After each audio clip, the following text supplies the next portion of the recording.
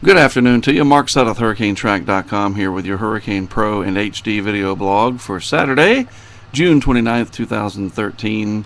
Taking a look at what's going on in the Atlantic and Pacific for you this weekend.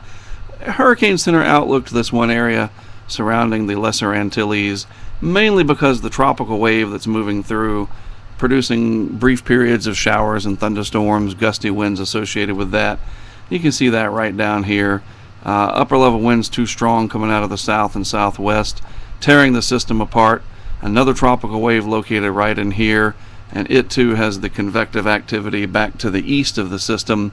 Both of these interesting signs that we have a busy season ahead of us. If they are this active at this time of the year, these African easterly waves as they're called, you can only imagine what August and September are going to be like. But for now, they're rather innocuous, but as they pass by, they can produce brief periods of showers and thunderstorms, gusty winds, so just be aware of that. They show up pretty nicely here on the 850 millibar, or 5,000 foot level vorticity chart, and this is the other tropical wave. This is the first one moving through the Lesser Antilles. This is the other one at around 80 degrees longitude, and this area of vorticity is Invest 96E, in the eastern Pacific.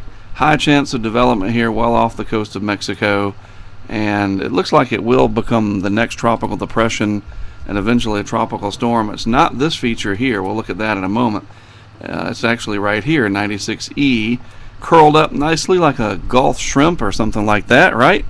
Nice and curled up with those banded cloud features, and rather small in size compared to what Cosme was, and this is the remnants of what was once Hurricane Cosme over that colder Pacific water, kind of dying away as it can't feed the convective process anymore through warm ocean temperatures. It's just a low cloud deck. It would be neat to fly over it in an airplane and see what it looks like, because in this situation it's just low clouds, just very few popcorn showers associated with it.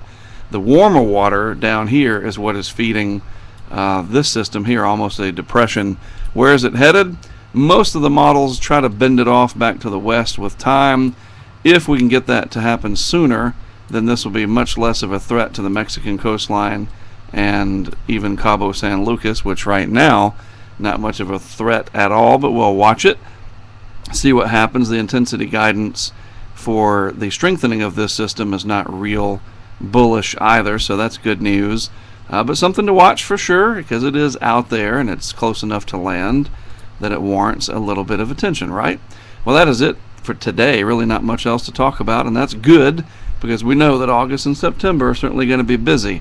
Once we get into July, after tomorrow, obviously the last day of June coming up, we'll take a look at climatology for July, the current state of the El Nino Southern Oscillation phenomenon.